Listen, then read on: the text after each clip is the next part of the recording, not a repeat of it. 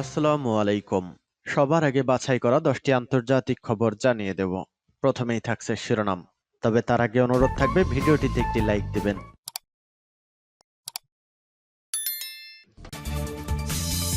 আন্তঃঙ্গনের সব থেকে গুরুত্বপূর্ণ বিষয় নতুন যুদ্ধের শঙ্কা, যুদ্ধ বিমান নিয়ে ঘুরছে চীন, ক্ষেপণাস্ত্র ব্যবস্থায় প্রস্তুত তাইওয়ান। এদিকে ব্যালিস্টিক ক্ষেপণাস্ত্র ও বেসামরিক পরমাণু ইস্যুতে ইরানের বিরুদ্ধে নতুন করে মার্কিন নিষেধাজ্ঞা। জানিয়ে দেব দিনিপ্র বহর গঠন করতে যাচ্ছে রাশিয়া। জটিল সমীকরণের দিকে পাকিস্তান আফগানিস্তান সম্পর্ক। আরো জানিয়ে দেব ভোট কারচুপির বিচার বিভাগীয় তদন্ত চান ইমরান খান।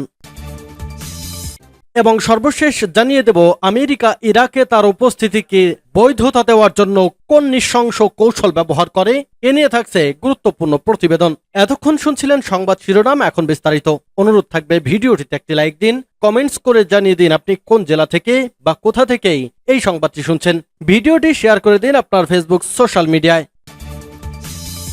নতুন সংখ্যা, যুদ্ধবিমান নিয়ে ঘুরছে চীন, ক্ষেপণাস্ত্র ব্যবস্থায় প্রস্তুত তাইওয়ান। তাইওয়ানের আশপাশে গত 24 ঘন্টায় চীনের 32টি যুদ্ধবিমান ও 5টি পিপলস লিবারেশন আর্মির নেভি জাহাজ শনাক্ত করা হয়েছে। বৃহস্পতিবার 21 মার্চ এ তথ্য জানিয়েছে স্বায়ত্তশাসিত অঞ্চলটির প্রতিরক্ষা মন্ত্রণালয়। খবর রিপাবলিক ওয়ার্ল্ডের। বিবৃতিতে প্রতিরক্ষা মন্ত্রণালয় আরও জানিয়েছে এর মধ্যে 20টি যুদ্ধবিমান তাইওয়ান প্রণালীর মধ্যরেখা পার করেছে। প্রতিবেদনে বলা হয়েছে তাইওয়ানের প্রতিরক্ষা বাহিনী পুরো পরিস্থিতি পর্যবেক্ষণ করছে আর নজরদারির জন্য তারাও যুদ্ধবিমান, জাহাজ ও উপকূলীয় ক্ষেপণাস্ত্র ব্যবস্থা মোতায়েন করেছে। এদিকে এ ঘটনার পর তাইওয়ানের জাতীয় নিরাপত্তা ব্যুরোর মহাপরিচালক সাইমিং ইয়েন সেখানকার শীর্ষ নেতাদের দক্ষিণ চীন সাগরীয় অঞ্চল সফর না করার পরামর্শ দিয়েছেন। এর আগে ফেব্রুয়ারি মাসেও তাইওয়ানের আশেপাশে 33টি চীনা যুদ্ধবিমান শনাক্ত করা হয়। এ পর্যন্ত চলতি বছর সেবারই সবচেয়ে বেশি সংখ্যক যুদ্ধবিমান শনাক্ত করা হয়। এবছরের শুরুতে তাইওয়ানের প্রেসিডেন্ট নির্বাচিত হন মার্কিনপন্থী লাই চিং-তে।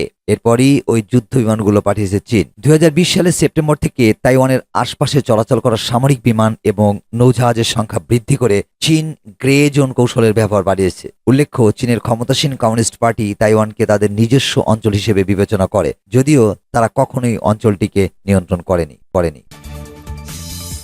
ক্ষেপণাস্ত্র ও বেসামরিক পরমাণু ইস্যুতে ইরানের বিরুদ্ধে নতুন করে মার্কিন নিষেধাজ্ঞা। ব্যালিস্টিক ক্ষেপণাস্ত্র ও বেসামরিক পরমাণু কর্মসূচিকে কেন্দ্র করে ইরানের বিরুদ্ধে নতুন করে নিষেধাজ্ঞা আরোপ করেছে মার্কিন সরকার। মার্কিন অর্থ মন্ত্রণালয় স্থানীয় সময় বুধবার এ নিষেধাজ্ঞা আরোপের ঘোষণা দিয়ে বলেছে তারা ইরান, তুরস্ক, ওমান ও জার্মানি ভিত্তিক 3টি ক্রয় সংক্রান্ত নেটওয়ার্কের বিরুদ্ধে নিষেধাজ্ঞা আরোপ করেছে। ওই নেটওয়ার্ক ইরানের ব্যালিস্টিক ক্ষেপণাস্ত্র, পরমাণু ও প্রতিরক্ষা কর্মসূচির জন্য প্রয়োজনীয় গুরুত্বপূর্ণ যন্ত্রাংশ কিনে তেহরানের কাছে সরবরাহ করত।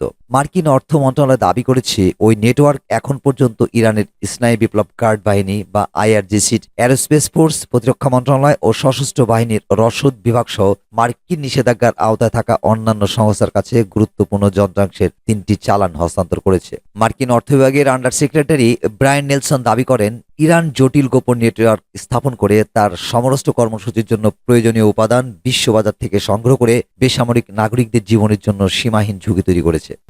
নেলসন বলেন, এ ধরনের আরও নেটওয়ার্ক খুঁজে বের করে তা ধ্বংস করে দেওয়ার জন্য মার্কিন অর্থ বিভাগ চেষ্টা চালিয়ে যাবে। আর এসব দেশ ইরানকে ড্রোন ও ক্ষেপণাস্ত্র নির্মাণ করতে সহযোগিতা করবে সেসব দেশকেও জবাবদিহিতার আওতায় আনা হবে। মার্কিন সরকার এমন সময় ইরানের বিরুদ্ধে এ নিষেধাজ্ঞা আরোপ করল যখন তেহরান সবসময় নিজের সামরিক ও ক্ষেপণাস্ত্র কর্মসূচিকে সম্পূর্ণ আত্মরক্ষামূলক বলে অভিহিত করে এসেছে। ইরান বলেছে এসব কর্মসূচি ইরানের সম্পূর্ণ অভ্যন্তরীণ বিষয় এবং এ বিষয়ে কারো সঙ্গে কথা বলতেও তেহরান প্রস্তুত নয়। সূত্র পার্স টুডে।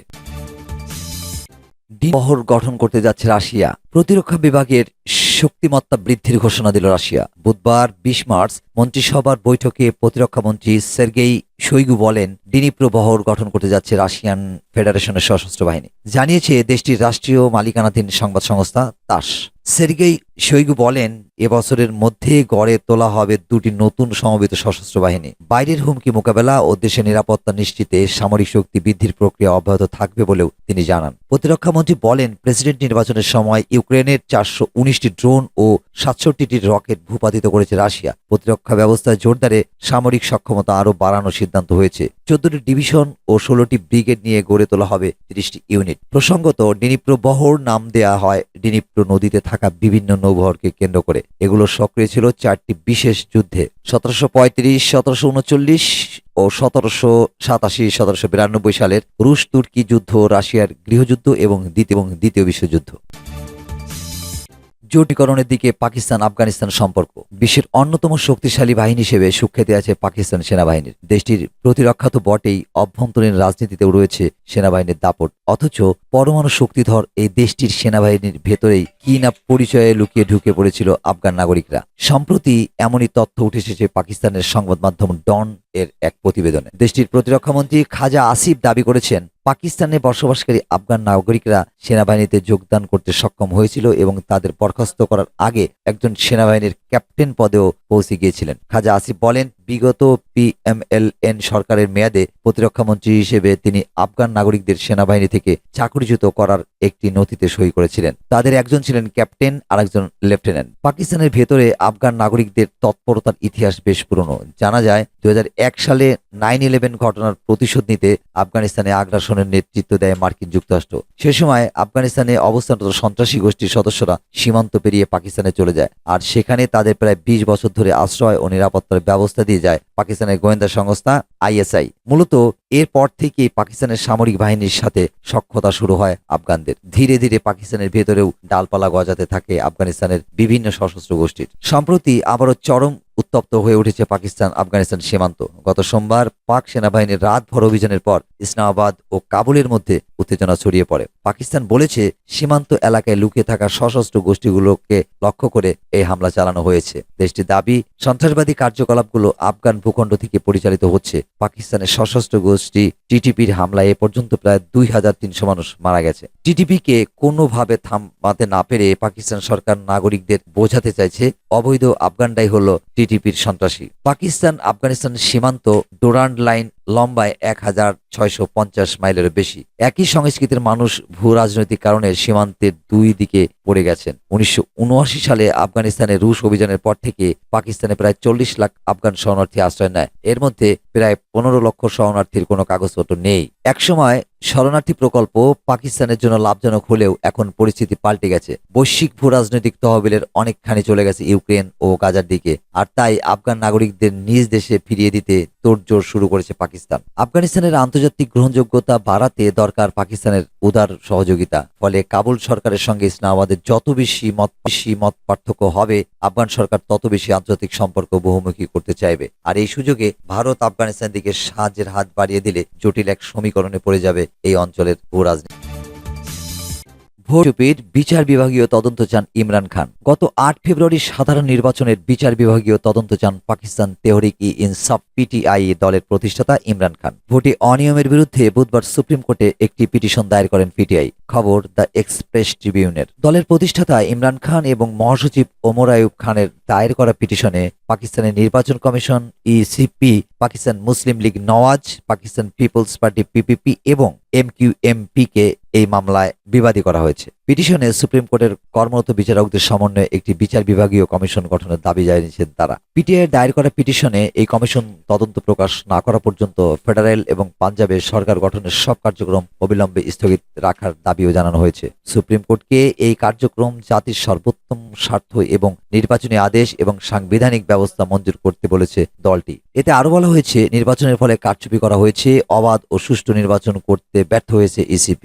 এছাড়া ভোট জালিয়াতির বিষয়ে বিভিন্ন ভিডিও ক্লিপ, মিডিয়া রিপোর্ট এবং স্থানীয় ও আন্তর্জাতিক মিডিয়ার প্রেস বিবৃতির মতো অসংখ্য প্রমাণ তাদের হাতে রয়েছে বলে জানিয়েছে PTI। পিটিশনে ECPর বিরুদ্ধে অভিযোগ জানিয়ে আরো বলা হয়, এবারে নির্বাচনে জনগণের ম্যান্ডেট, সংবিধান ও গণতন্ত্রের প্রতি চরম অবহেলা ঘটেছে। আমেরিকা ইরাকে তার উপস্থিতিকে বৈধতা দেওয়ার জন্য কোন নৃশংস কৌশল ব্যবহার করে? সাম্প্রতিক সময়ে ইরাকে উগ্র জঙ্গি গোষ্ঠী দায়েশের তৎপরতা বেড়ে যাওয়ার ঘটনাকে দেশটির জনগণ মার্কিন ষড়যন্ত্র বলে মনে করেছেন। তাদের মতে ওয়াশিংটন ইরাকে নিজের সেনা মোতায়েন করে রাখার অপকৌশল হিসেবে দায়েশকে শক্তিশালী করছে। ইরাক ও মার্কিন কর্মকর্তাদের মধ্যে আনুষ্ঠানিক চুক্তি স্বাক্ষর হওয়া সত্ত্বেও ইরাক থেকে মার্কিন সেনা প্রত্যাহার করে নেওয়া সংক্রান্ত দেশটির পার্লামেন্টের আইন বাস্তবায়ন করা থেকে ওয়াশিংটন এখন পর্যন্ত বিরত রয়েছে। ইরাকে নিজের সেনা মোতায়েন রাখার সবচেয়ে বড় যে অজুহাতটি ওয়াশিংটন দাঁড় করায় তা হচ্ছে দায়েশ বিরোধী যুদ্ধ। এ কারণে ইরাকি জনগণ এখন দৃঢ়ভাবে একথা বিশ্বাস করতে শুরু করেছেন যে সাম্প্রতিক সময়ে দেশটির বিভিন্ন স্থানে দায়েশ যেসব হামলা ও বিস্ফোরণ ঘটিয়েছে তার পিছনে আমেরিকার সুদূরপ্রসারী পরিকল্পনা কাজ করছে। ইরাকি রাজনৈতিক বিশ্লেষক কাজেম আলহাজ মনে করেন দায়েশ জঙ্গিরা ইরাকে মোতায়েন মার্কিন সেনাদের নির্দেশে কাজ করে। তিনি বলেন, ইরাক থেকে বিদেশি সেনা বিশেষ করে মার্কিন সেনাদের প্রত্যাহার করে নেওয়ার সঙ্গে সাথে সাথেই দেশটির সন্ত্রাসবাদ সংক্রান্ত সমস্ত হুমকির অবসান ঘটবে। ইরাকে মোতায়েন মার্কিন সেনাদের দখলদার আখ্যায়িত করে আল-হাজ বলেন, আমেরিকা ও ইহুদিবাদী ইসরায়েলের সঙ্গে সংশ্লিষ্ট গুপ্তচর গোষ্ঠীগুলোকে এই দখলদাররাই ইরাকে মোতায়েন করেছে। অন্যদিকে ইরাকের শিয়া রাজনৈতিক নেতা জব্বার আল মামুরি সম্প্রতি তার দেশে মোতায়েন সন্ত্রাসী মার্কিন সেনাদের সন্দেহজনক গতিবিধির কথা তুলে ধরে বলেন, ইরাকের নিরাপত্তার জন্য ওয়াশিংটনের পক্ষ থেকে সৃষ্টি করা হুমকি, সন্ত্রাসী গোষ্ঠীগুলোর প্রতি আমেরিকার সমর্থন এবং দেশটির রাজনীতিতে মার্কিন হস্তক্ষেপের কথা এখন আর কারো অজানা নেই। সূত্র পার্স টুডে।